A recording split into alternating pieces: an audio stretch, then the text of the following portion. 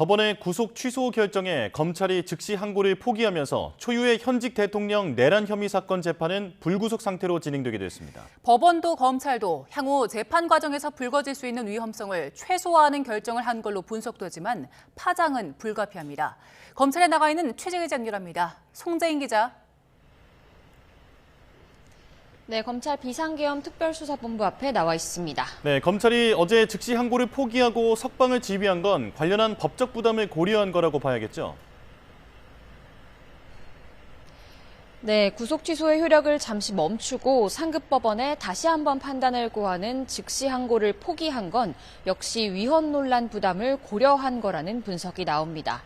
앞서 헌법재판소는 법원의 보석이나 구속 집행정지 결정에 대해 검찰이 즉시 항고로서 그 효력을 막는 건 위헌이라는 판단을 내렸는데요.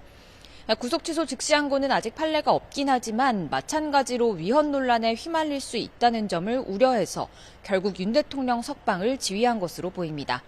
나름의 고육지책이라고 볼 수도 있지만 결과적으로 윤 대통령 기소 주체인 검찰이 석방을 지휘한 셈이라 혼란에 대한 책임론은 불가피해 보입니다. 위헌 우려가 있긴 했지만 아직 실제 판단을 받아본 적이 없는 법적 권한을 검찰 스스로 포기하는 게 다소 이례적이라는 목소리도 나오고요.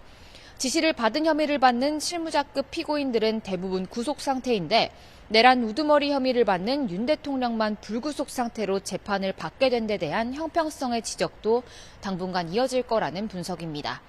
여기에 공수처의 사건을 이첩할 당시에 이어 심우정 검찰총장 지휘부와 수사팀 사이 갈등이 또다시 외부에 드러난 것도 부담으로 남았습니다.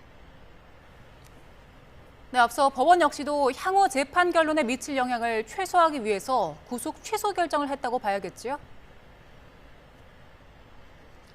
네, 앞서 법원도 공수처의 수사권 문제에 대해 대법원이 최종적인 해석을 내린 적이 없는 만큼 현 시점에서는 의문의 여지를 해소하는 게 바람직하다며 구속 취소 결정을 내렸습니다. 말씀하신 대로 향후 재판 결론에 흠결이 될 만한 요소를 선제적으로 피하겠다는 의도로 풀이되지만 윤 대통령 측은 향후 재판에서 법원의 결정을 고리로 삼아 공수처 수사와 증거 능력 등을 집중적으로 공략할 것으로 보입니다.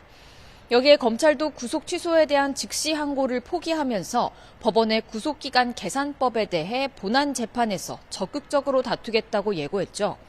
구속기간에 포함하지 않는 기간을 날로 계산하는 건 법원 판결례와 실무례를 통해 수십 년 동안 굳어져 온 관행인데 이를 시간으로 계산해야 한다는 법원의 판단에는 도저히 수긍할 수 없다고 공식 입장을 냈습니다.